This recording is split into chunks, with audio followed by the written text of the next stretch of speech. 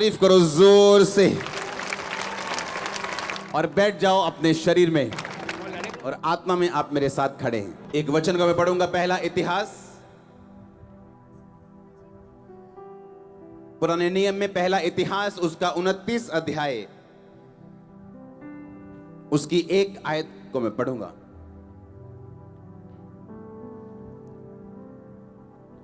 फिर राजा दाऊद ने सारी सभा से कहा, मेरा पुत्र सुलेमान सुकुमार लड़का है। अपने हाथों को उठा के एक बार क्वायर के लिए तारीफ करो खुदा की।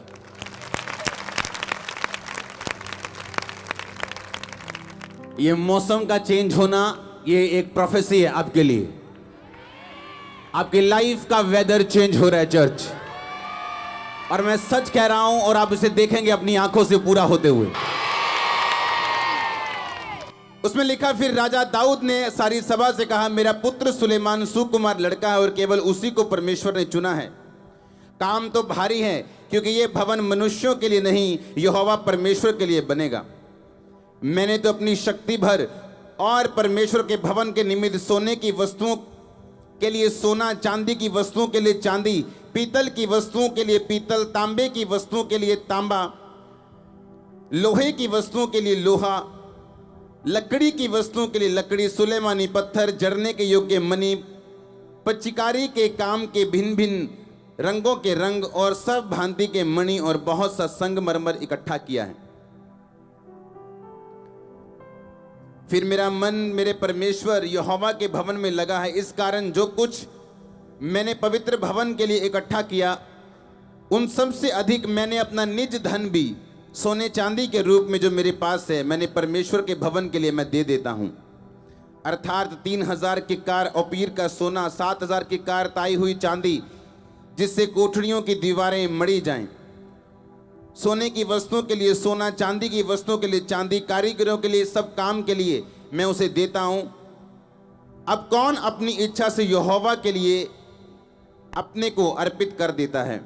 तब पितरों के घरानों के प्रधानों, इज़राइल के गोत्रों के हाकिमों और सहस्त्रपतियों, शतपतियों और राजा के काम के अधिकारियों ने अपनी अपनी इच्छा से परमेश्वर के भवन के काम के लिए 5000 किक्कार और 10,000 दरकमान सोना, 10,000 किक्कार चांदी, 18,000 किक्कार पीतल और 1,00,000 किक्कार लोहा दिया। जिसके पास मणि थे उन्होंने यहोवा के भवन के खजाने के लिए कोरशेनी योहील के हाथ में दे दिया। तब प्रजा के लोग आनंदित हुए, क्योंकि हाकिमों ने खुश होकर अपने सारे मन और अपनी इच्छा से यहोवा के लिए भेंट दी। तब दाऊद राजा बहुत ही आनंदित हुआ। सब कलीसिया बोले आमीन। ऊंची आवाज से बोलो आमीन। बाइबल कहती है जहां कहीं परमेश्वर का आत्मा है वहां क्या है, और जब कभी परमेश्वर का आत्मा आपको चलाता है आप आजादी पाते हैं। और मेरी प्रार्थना यह है कि आज जब ये वचन आप सुने, होली स्पिरिट आज से आपको चलाए और आप फ्री हो, आजाद हो, अपने फाइनेंस, अपने घर, अपनी फैमिली, अपने माइंड में, अपनी बॉडी में, जहां जहां भी शैतान आपको पकड़ना चाहता है, यीशु मसीह के नाम में आप फ्री ठहरे और परमेश्वर का आत्मा आपकी अगुवाई करे आज से। हालेलुया। अपने पड़ोसी को बोलो जहां कहीं परमेश्वर का आत्मा है वहां आजादी है। आमीन। जहां कहीं परमेश्वर का आत्मा वहां क्या है? क्या आप उसकी आत्मा के अनुसार चलने के लिए तैयार हैं?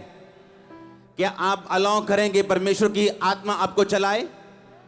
बाइबल कहती प्रभु यीशु मसीह ने जब बपतिस्मा लिया तो लिखा, मरकुस की पुस्तक में लिखा आत्मा ने उसे जंगल की ओर पुश किया। यूनानी भाषा में लिखा फोर्स किया। हिंदी में लिखा भेजा। भेजा मतलब सिंपल भेजा नहीं, उसको प्रेशराइज करके उस जंगल की ओर भेजा ताकि इब्लीस से उसकी परीक्षा हो सके। सोचो, परमेश्वर को अब नेगेटिव एक्सपीरियंसेस से गुजरना था क्योंकि पवित्र आत्मा ऐसा चाहता था।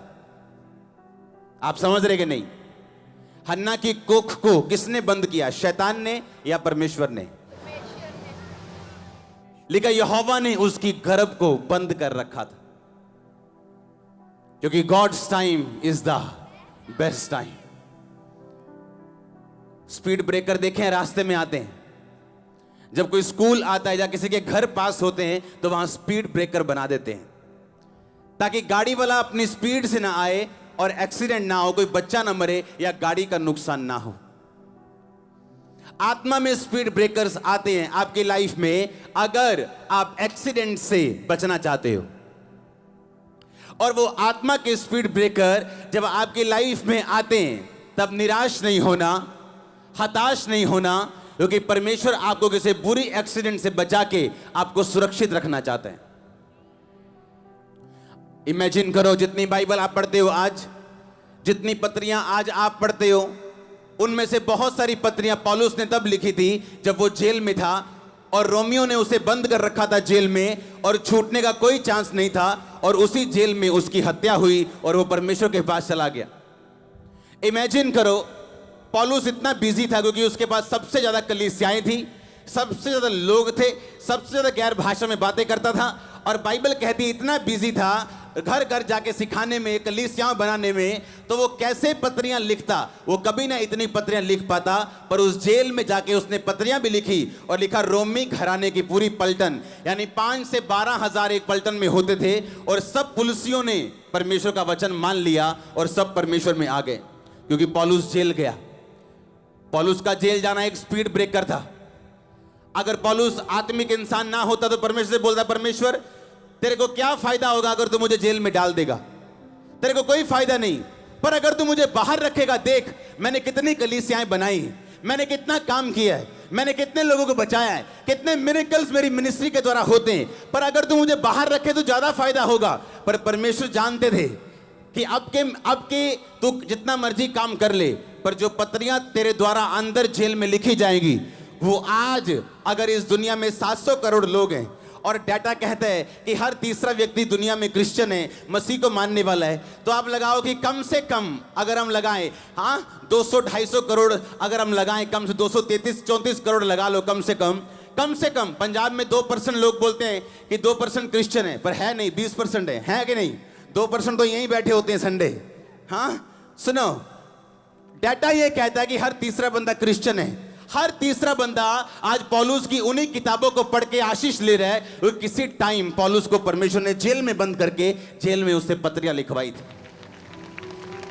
आपका स्पीड ब्रेकर अगर पवित्रताई में आए तो उससे घबराना नहीं, उससे दुखी नहीं होना, क्योंकि आपका बेस्ट सीन परमेश्वर तैयार कर रहा है आपके पिक्चर का। कई बार परमेश्वर हीरो को गायब करता है पिक्चर से, गायब करता है हीरो को पिक्चर से। सब जनता देख रही है हीरो कहां गया, क्योंकि हीरो के बिना पिक्चर चलती नहीं, लेकिन परमेश्वर से गायब करता है पिक्चर से, और कुछ देर बाद वो जब आता है तो तालियां बजती हैं पब्लिक में। हाँ कहना, आपके तालियों बजने वाला सीन आपकी अपनी लाइफ का आपके लाइफ में आने वाला है। चर्च एक ऐसा सीन होता है जब तालियां बजाती है पब्लिक, आपकी लाइफ में वो सीन आने वाला है जब आपके रिश्तेदार आपको देख के ताली बजाएंगे, आपके लोग आपको देख के ताली बजाएंगे, आपकी चर्च आपकी गवाही को देख के ताली बजाने वाले। और आमीन अगर हो चाहिए आशीष आपके और आपके घराने की। Hallelujah hallelujah. पर आज का विश्वासी, ज्यादा सियाना विश्वासी, वो अगर आज पौलुस को आज जन्म ले ले दोबारा ना आप लोगों के बीच में, बोलेगा परमेश्वर तुझे तो पता नहीं, तुझे आज के जमाने का मालूम नहीं, तू मुझे बाहर निकाल के देख, बाहर ज्यादा फायदा, देख मैं इतनी रूहें बचाऊंगा, बाहर कितने मिरेकल्स होते, बाहर देख कोई इतना मिरेकल्स करने वाला नहीं। पर परमेश्वर जानता है आपकी लाइफ को कब कैसे कहां मोल्ड करना है, लेकिन कोई प्राइस पे करने के लिए तैयार नहीं कि परमेश्वर आपकी लाइफ का बेस्ट आपके अंदर से निकाल सके। वो मूल्य अदा करने के लिए बहुत सारे लोग तैयार नहीं, वो तैयार नहीं। उन्हें लगता नहीं हमें ज्यादा मालूम है, उन्हें लगता कि नहीं हम परमेश्वर को ज्यादा अच्छा गाइड कर सकते हैं, उन्हें लगता कि नहीं मैं तो अच्छा क्रिश्चियन हूं तो मेरी लाइफ में ये स्पीड ब्रेकर क्यों आया, मेरी लाइफ स्लो क्यों हुई, मेरी लाइफ में ऐसा क्यों हुआ, मेरी लाइफ में ऐसा एक्सीडेंट क्यों हुआ, मेरी लाइफ में दुर्घटना क्यों हुई, मैं तो मसीह में सही तरह से चल रहा हूं, मेरी लाइफ में दुख क्यों आया। The best is coming next church.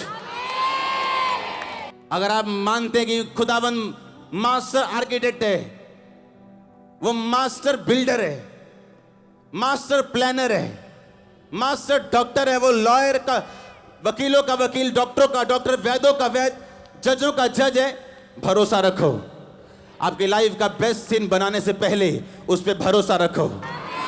आप मेरी तरह अपनी लाइफ का बेस्ट सीन देखने वाले चर्च, अगर आप उस पर भरोसा रखें और जब स्पीड ब्रेकर आए आपके दिल में क्या आता है और आप सोचते क्या हैं और मुंह से क्या बोलते हैं, ये मायने करता है कि उस स्पीड ब्रेकर आने के बाद आपकी स्पीड कितनी तेज होगी या कितनी स्लो होगी। क्योंकि दुख की बात यह है कि जब स्पीड ब्रेकर लोगों की लाइफ में आता है वो परमानेंट हो जाती है, स्पीड उनकी स्लो हो जाती। उन्हें यह मालूम नहीं होता क्योंकि आत्मिक संगतियों की कमी है आज भी दुनिया में। आज भी लोग अपने घर के नजदीक वाली चर्च जाना ज्यादा पसंद करते हैं, चाहे उस चर्च में खुदा का आत्मा हो या ना हो। एक औरत चर्च के बाहर रोई जा रही। यीशु मसीह उसके पास आ गए। कहते माता क्या हुआ? उसने पहचाना नहीं। कहती इन्होंने मैनू चर्च तो बाहर कर दिता।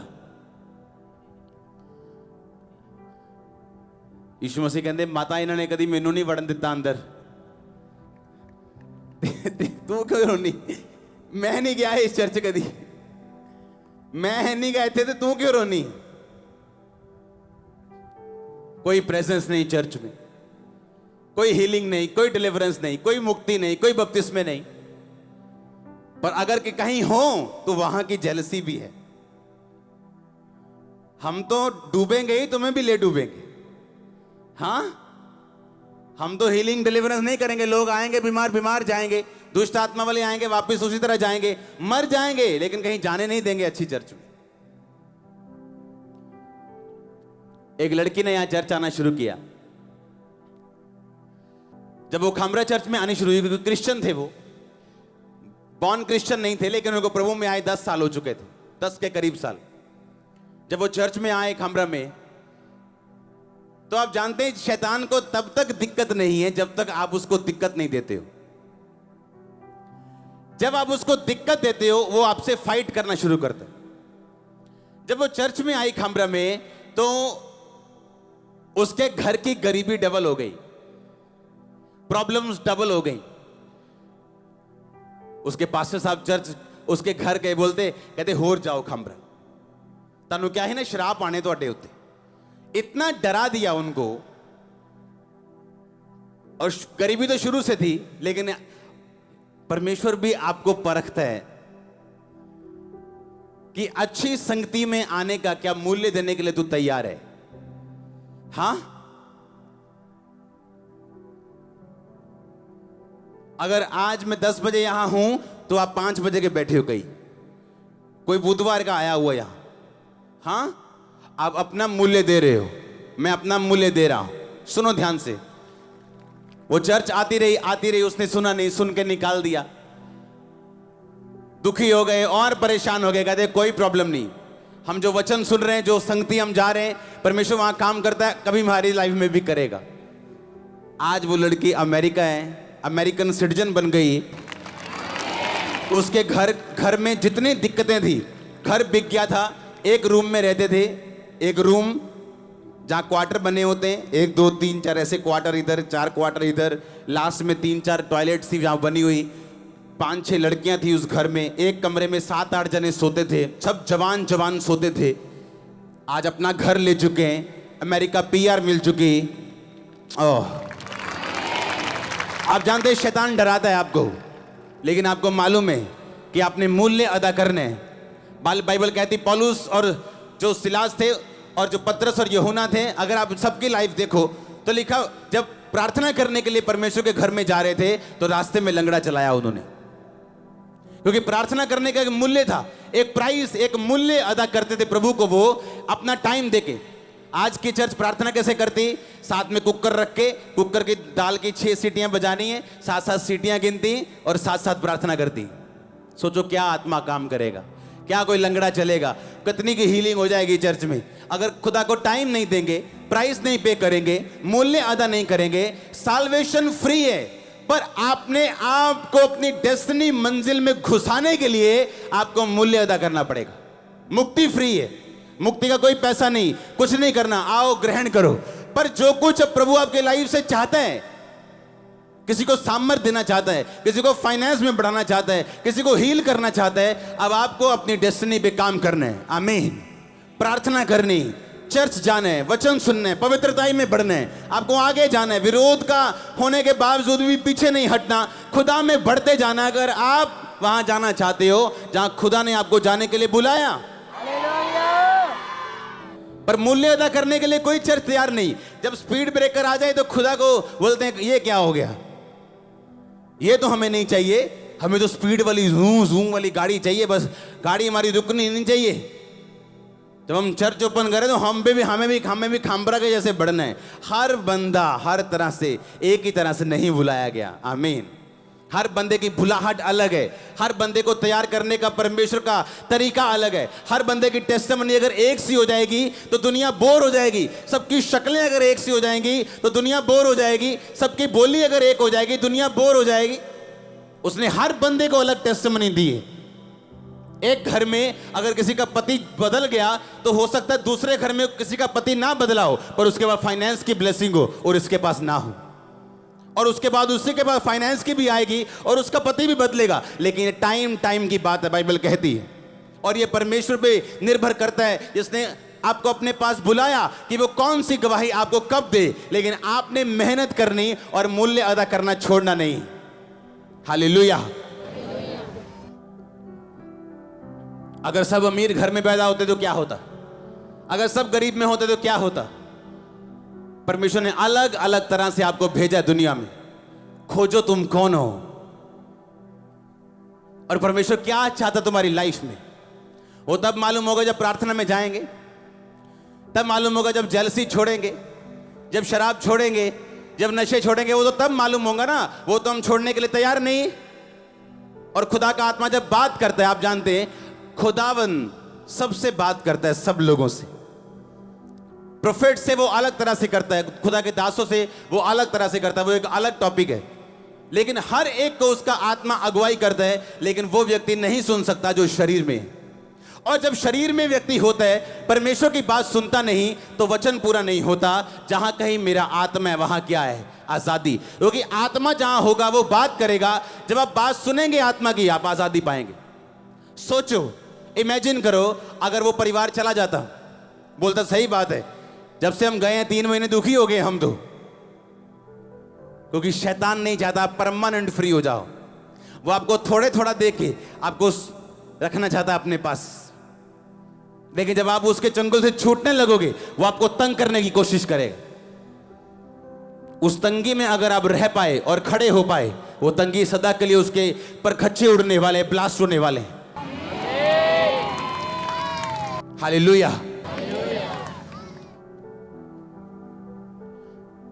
अपने पड़ोसी को बोलो अपना मूल्य अदा कर। आमीन। बोलो पड़ोसी को अपना अपना मूल्य अदा कर। जो कुछ खुदावंद ने तुझे करने के लिए बुलाया वो कर। आमीन। अपने आप धरती पे कुछ नहीं होता, बोलो अपने पड़ोसी को। आमीन। कुछ नहीं होता अपने आप। हालेलुया। मैंने एक वचन आपको पढ़ाया, दाऊद कहता परमेश्वर मैं तेरा घर बनाना चाहता हूं। परमेश्वर ने कहा नहीं, तू मेरा घर नहीं बना सकता, तेरा बेटा मेरा घर बनाएगा। और दाऊद सो नहीं गया कि हाँ ठीक है मेरा बेटा बनाएगा, सारी टेंशन उसी की।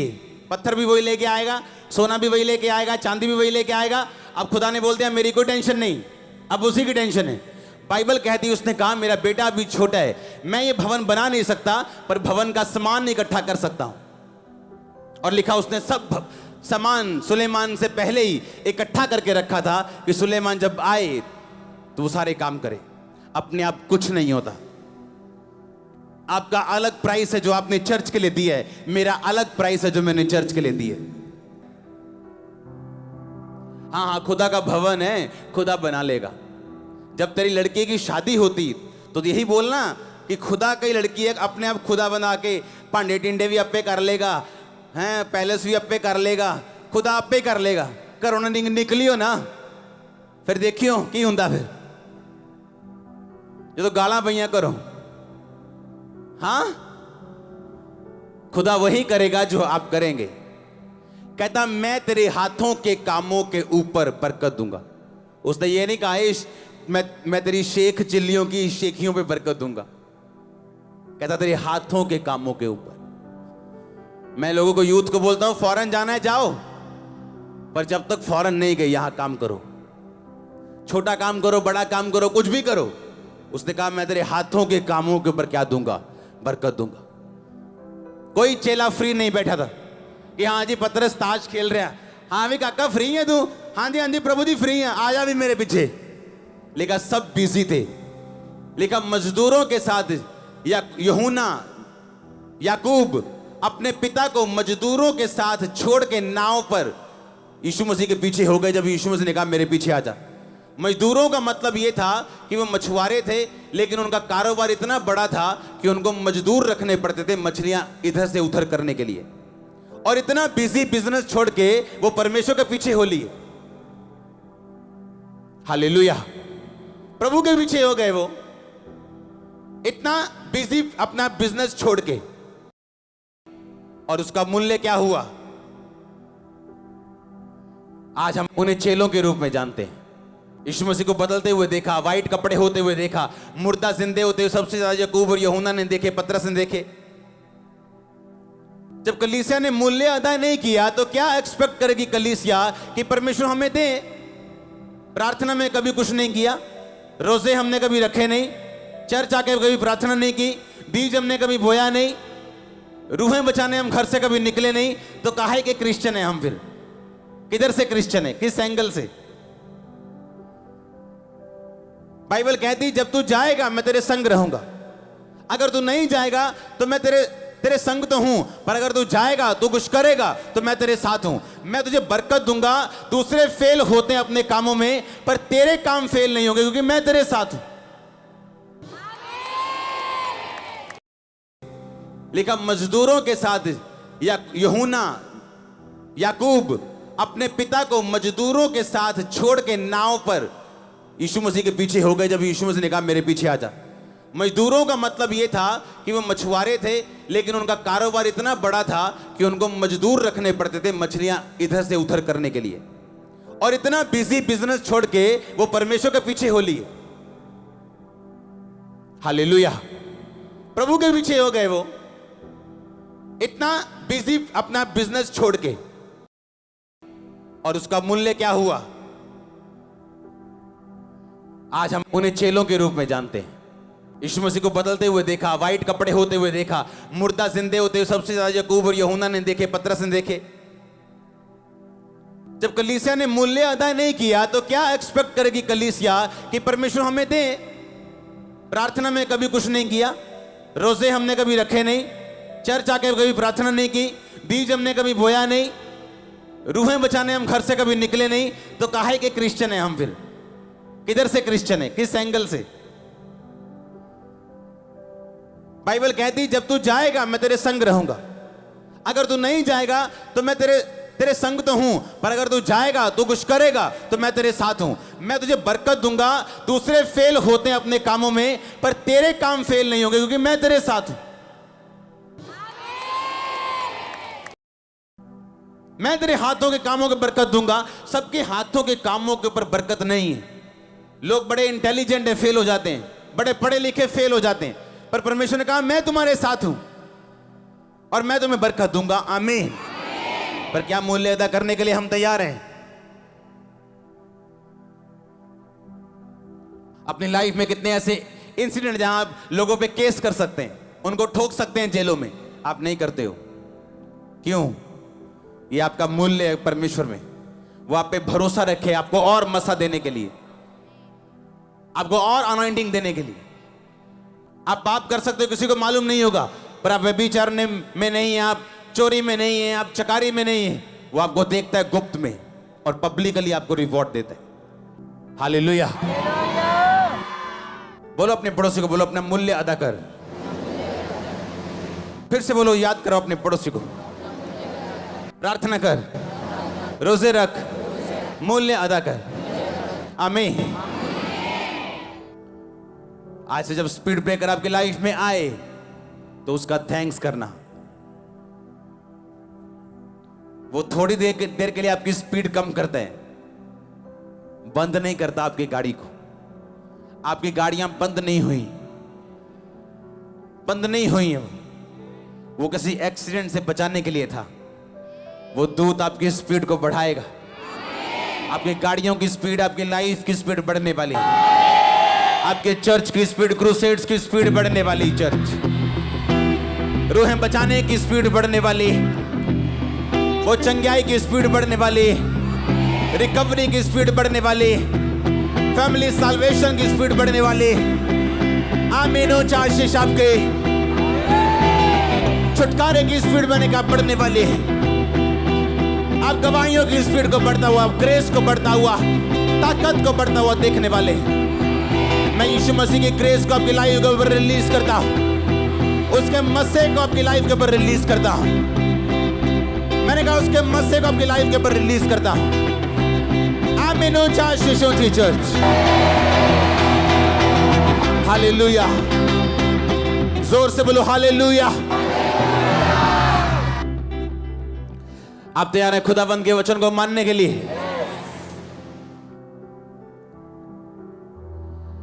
इजरायली इतिहास में सबसे सुंदर भवन दिखा सुलेमान के टाइम में। सबसे अधिक सुंदर, सबसे अधिक महंगा वो एक भवन था जो दुनिया में सबसे अधिक महंगा किसी परमेश्वर का भवन था। और उसकी तैयारी दाऊद ने की थी, बनाया सुलेमान ने। आराम से नहीं बैठे वो। हालेलुया। अपने डेस्टिनी के लिए काम किया, जो वो करना चाहते थे उन्होंने किया, और परमेश्वर उनके हाथों के ऊपर बरकत दी।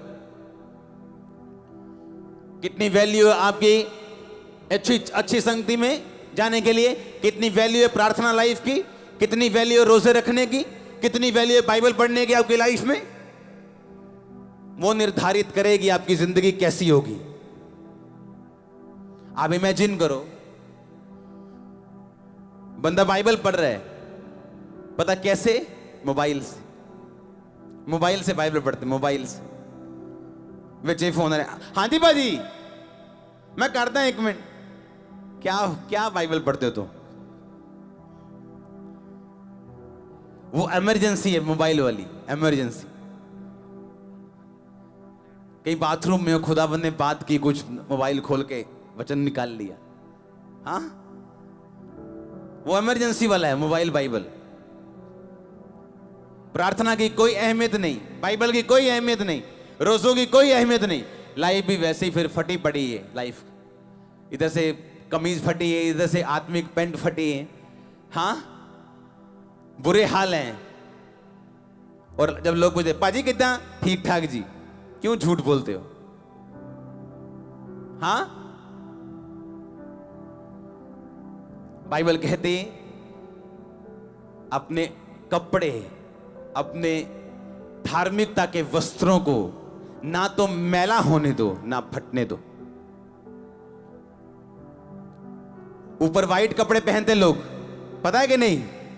लिखा लाखों लोग वाइट कपड़ों में, जिन पे दाग नहीं था, वो फटे हुए नहीं थे।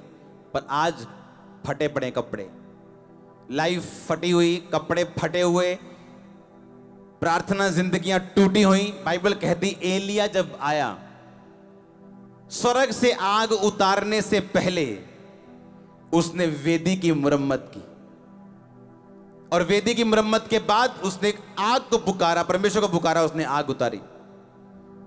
आज कितने लोगों की लाइफ में खुदावंद की आग काम करती है कि आप दुष्ट आत्मा को डांटे, आग पुकारे और आग आपकी लाइफ में आए। जब वेदी टूटी होगी प्रेयर की, कभी आग नहीं उतरेगी, कभी भी। प्रार्थना की कोई अहमियत नहीं है आज विश्वासी की लाइफ में। वेदियां टूटी हैं, कपड़े फटे हैं, लाइफ फटी हुई, कुछ कमाल का नहीं, कोई चीज चजदी नहीं है लाइफ। एक अच्छा इंसान वो है जो अपनी बेइज्जती फील करे, सेंसिटिव इंसान। बाइबल कहती बार बार अपने पैर को अपने पड़ोसी के घर में जाने से रोक, ऐसा ना हो तेरे बार बार जाने से वो तुझसे क्या करे, घृणा करे। पर आप कुछ लोगों को देखते हो वो सेंसिटिव नहीं होते। बार बार अपने रिश्तेदारों के घर जाते, रिश्तेदार मुंह बनाते, यार इनू कड्डो यार इथों, कोई लाओ बहाना नहीं, घूमन जाना है चलो चलिए घूमन, इनू दफा करो। हाँ, कुछ लोग आत्मा में इतने मूर्ख हो चुके हैं कि उन्हें बेइज्जती महसूस नहीं होती। उनके घर में बच्चे डांस कर रहे हैं नशे का, हीरोइन चल रही है, स्मैक चल रही है, चिट्टे चल रहे हैं, और क्रिश्चियन माता पिता को बेइज्जती महसूस नहीं हो रही। क्या बेइज्जती? कि हमारे बच्चे अगर नशा करेंगे क्रिश्चियन लोगों के तो हमारे लिए बेइज्जती है। चल हस्बैंड वाइफ, चल अगले 40 दिन रोजे रखते हैं, ठोकते हैं प्रेयर में शैतान को। पर जब बेइज्जती महसूस नहीं होती, आप सब कुछ खुदा पे छोड़ते हो और खुदा सब कुछ आप पे छोड़ता है। जब बेइज्जती महसूस होती कि नहीं मेरी गरीबी के कारण बेइज्जती हुई, मैं खुदा के साथ वफादार रहूंगा, टाइट बोऊंगा, सब कुछ खुदा के साथ वफादारी के साथ करूंगा ताकि खुदा मेरे श्राप तोड़े, पर बेइज्जती आज महसूस नहीं होती। हाँ, महसूस नहीं होती। जब घर में कोई एक्सीडेंट इंसिडेंट हो जाए, उसे महसूस करना है और उसके बाद खड़े होना है और जीतना है। अपने कपड़ों को, लाइफ को सीना है जो फटे हुए हैं, उनको धोना है जो दाग है जिन पे, व्यभिचार के दाग, चोरियों के दाग, कत्ल के दाग, नशों के दाग। जब कपड़ा ज्यादा देर तक आप धोते नहीं हो ना, वो फट जाता है। फटता है कि नहीं? एक बंदा नशा बेचता था खामरा में, इधर साइड पे कहीं, एग्जैक्ट लोकेशन मेरे को याद नहीं, इसी गांव के आसपास। एक ही बेटा था उसका, नशा बेच के इतना अमीर हुआ, कोठी डाल ली, घर ले लिया, बाइक ले ली, गाड़ी ले ली। एक दिन उसको बुखार हुआ उस बच्चे को, और उसकी टांगे और रीढ़ की हड्डी डेड हो गई। वो बिस्तर पे चला गया, अब तक बिस्तर पे है, पता नहीं ऊपर चला गया, मर गया कि नहीं, मेरे को मालूम नहीं। अगर कपड़े दागी हैं तो क्या कर लो, उन्हें साफ कर लो, उन्हें और दाग कर करके उन्हें फटने मत दो। नशा बेचते हो छोड़ दो, कोई काम ऐसा है खत्म कर दो और खुदा के साथ मेल मिलाप करना है आज। हालेलुया। फटे और गंदे कपड़े धर्मी व्यक्ति की निशानी नहीं। आमीन। परमेश्वर ने कहा तेरे वस्त्रों पे उजले रहे तेरे वस्त्र। सबोपदेशक में लिखा तेरे सिर पे तेल की कमी ना हो, तेरे वस्त्र सदा उजले। कौन से वस्त्रों की बात कर रहे हैं? ये जो डाल के आए हो आप, आपके आत्मिक वस्त्र उजले रहने चाहिए। तुम्हारे सिर पे अनॉइंटिंग की कमी नहीं होनी चाहिए, तुम्हारे वस्त्र उजले रहने चाहिए। उजले वस्त्र रखोगे, किसी दिन इमरजेंसी में पुकारोगे, वो आपकी सुनेगा, वो आपकी सुनेगा। आमीन। अगर विश्वासी आज अपनी लाइफ को आत्मिक मिरर से देखे, कहीं आत्मिक चीजों देखे, तो बिल्कुल फटे पड़े कपड़े, लाइफ फटी हुई, खत्म है लाइफ। पूछो तो अपने दिल से कितने घंटे प्रेयर करते हो? ऐसे लोग क्रिश्चियन देखे हैं, यहां बैठ के वचन सुनते हैं साल साल, पर अपनी बॉयफ्रेंड को, गर्लफ्रेंड को अब तक नहीं छोड़ा है। कैसे एक्सपेक्ट करते हो कि परमेश्वर आपको बढ़ाएगा? क्योंकि बाइबल कहती वो आपके मूल्य को देखेगा, आपने क्या मूल्य अदा किया, वो आपको उसी तरह से बढ़ाएगा। मैं बैठ सकता हूं आराम से कि अब कुछ भी करने की जरूरत नहीं। मुझे मालूम था कि चाहे हम 10-20 चैनल्स में आए, पर मुझे अपना चाहिए, कुछ भी करना पड़े। बड़ी बिग न्यूज सुनने वाले हो आप, और 100% रेडी है वो, क्योंकि आपको सोचना है आपने क्या करना है, आपको स्टेप लेने हैं। बेइज्जती फील करनी जब हो तो, शैतान जब करे तो, सेंसिटिव होने। आप एक बार फील करोगे ना बेइज्जती, तो सेकंड टाइम आप स्टेप उठाओगे, वो दोबारा नहीं होगी। नहीं फील करोगे दोबारा होगी। आप पे निर्भर करता है, आपने महसूस करनी है बेइज्जती या नहीं करनी, या ढीठ बनना है। होते ना कई लोग ढीठ होते, उन्हें मालूम है यहां बेइज्जती होती, तभी भी जाना छोड़ते नहीं। हाँ, तैयार हो के नहीं, महसूस करने के लिए बेइज्जती, हाँ कि हाँ मैं तैयार हूं, सेंसिटिव होने के लिए। और लिखा ऊपर जो जय पाएगा, जो फतेह पाएगा, वो ऊपर परमेश्वर ने कहा मैं उसे फल खाने को दूंगा, मैं उसे एक नाम दूंगा, मैं उसे खंबा बनाऊंगा ऊपर। अपने कपड़ों को संभाल के रखना है, आमीन। अपने आत्मिक वस्त्रों को फटने नहीं देना।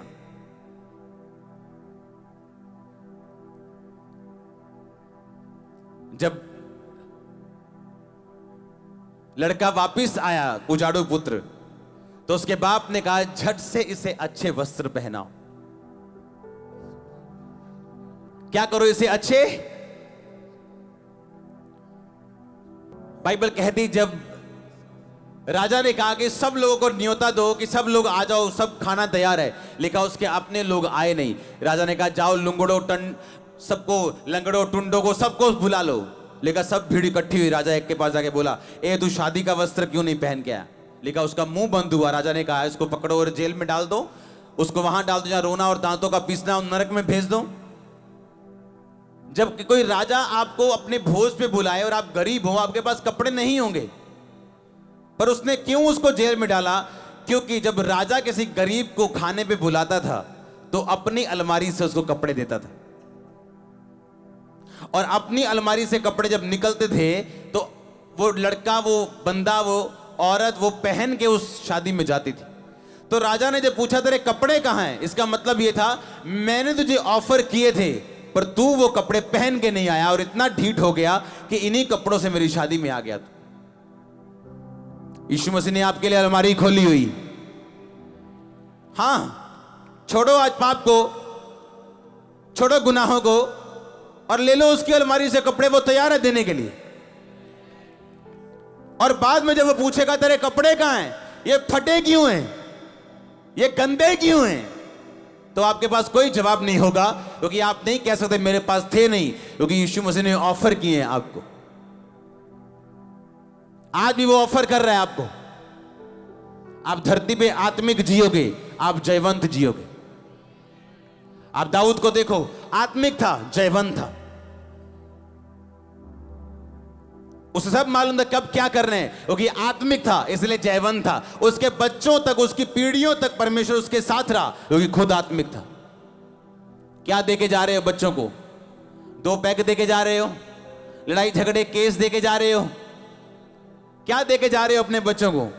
या उन्हें प्रार्थना करना कैसे, या बाइबल कैसे पढ़नी, खुदा में चलना कैसे, ये सिखा के जा रहे हो? लिखा मैं 1000 पीढ़ियों तक तेरे पे दया करूंगा, 1000 पीढ़ियों तक करुणा करता रहूंगा अगर तू मेरे वचन पे चले तो। लेकिन धर्मी अपने बच्चों के लिए धन छोड़ जाता है, घर छोड़ जाता है, परमेश्वर का लेगेसी छोड़ जाता है अपने बच्चों के लिए।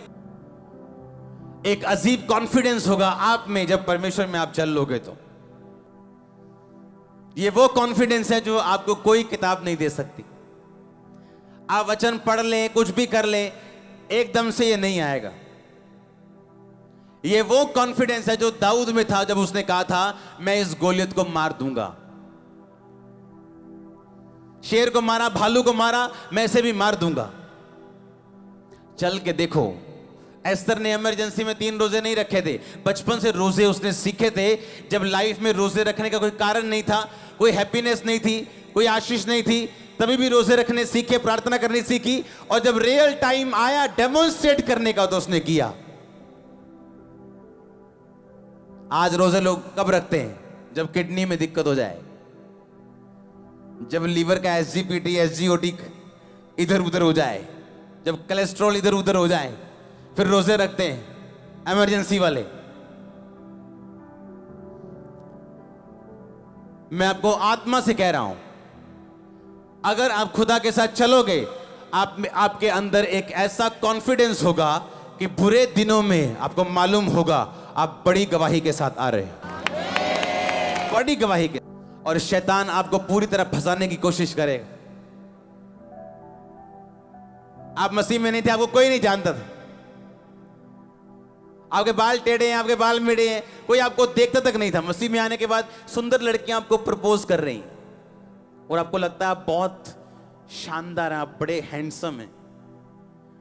आप हैंडसम नहीं, आप शैतान के टारगेट बन चुके हैं। हालेलुया। और जब एक बार उसने फंसा लिया, आप फिनिश हो। जिस मर्जी चर्च के मेंबर हो, आप खत्म हो।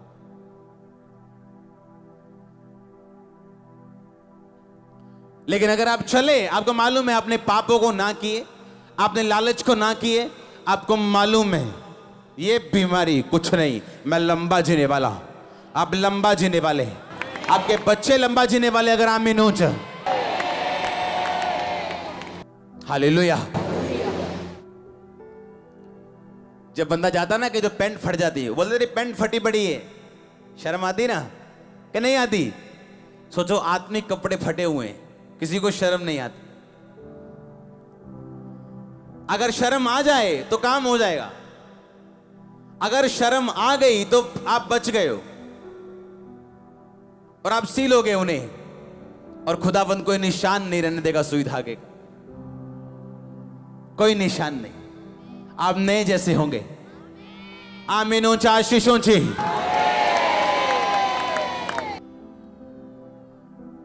लोगों को लगता है हम बढ़े कैसे? अच्छे प्रचार से, अनॉइंटिंग से?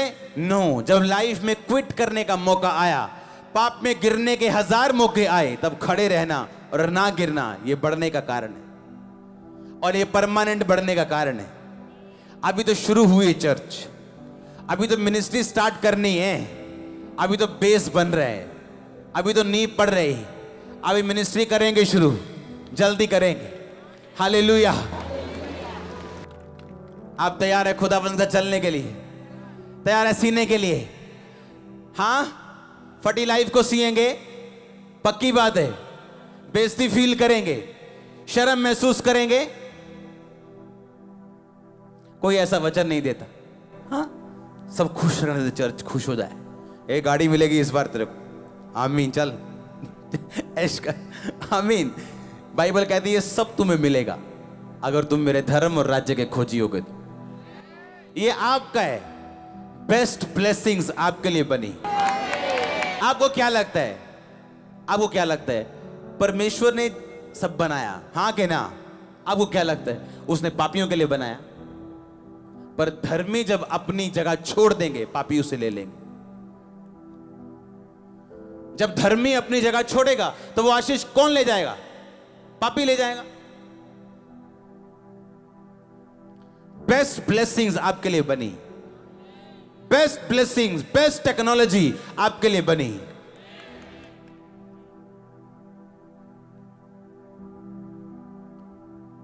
दूसरी जगहों पे अच्छे साउंड हो और चर्च में फटे हुए साउंड हो। आपको क्या लगता है खुदाबंद की ओर से गरीबी नम्रता नहीं है? ये भूल जाओ। कहते बड़ा नंबर है जी, नंबर नहीं है, गरीब है। इसको पैसा दो तब मालूम होगा नंबर है कि नहीं। तो जो नम्रता गरीबी की वजह से है, वो असली नम्रता नहीं है, वो तुम्हारी मजबूरी है। असली नम्रता उस दिन समझ आएगी जिस दिन पास कुछ होगा तो आप फिर भी नम्र होंगे। हालेलुया। तैयार हो चलने के लिए, लाइफ सीने के लिए, कपड़े सीने के लिए, नया करने के लिए, उनको धोने के लिए? करोगे महसूस आज से। जो पागल होते हैं ना, वो महसूस नहीं करते। उनकी पैंट फटी हो, कमीज फटी हो, लाइफ फटी हो, वो चलते हैं आराम से और हंसते भी हैं और एंजॉय करते हैं खुद। हाँ, आज किसी क्रिश्चियन लड़के को बोलो ना, वो एंजॉय करता है अपनी नशे को, अपनी गर्लफ्रेंड को, अपनी गलत संगतियों को, क्योंकि आत्मा में पागल है वो। एक पागल बंदा एंजॉय करता है लाइफ, कपड़े क्या लाइफ फटी हुई हो, वो एंजॉय करता है उसको। ऐसा मत बनो, क्योंकि बड़ी गवाही आपके लिए रेडी है। आप सोचो, परमेश्वर जिसने आपको एक बेटा इकलौता दे दिया, वो आपको क्या ना देना चाहे? क्यों ना देगा वो आपको? किसको देगा अगर आपको नहीं देगा? पौलुस कहता, परमेश्वर मेरे जीवन से कांटा दूर कर। परमेश्वर ने कहा, मेरा फजल तेरे लिए काफी। इमेजिन गौरा गुरु से आत्मा में मालूम ना होता कि यह कांटा परमेश्वर की ओर से। तो पवित्रताई में चलो, स्पीड ब्रेकर्स आए, खुदा का थैंक्स करो। स्पीड कम हो तब भी थैंक्स करो। आप फेरारी की स्पीड से आगे बढ़ने वाले हो आत्मा में।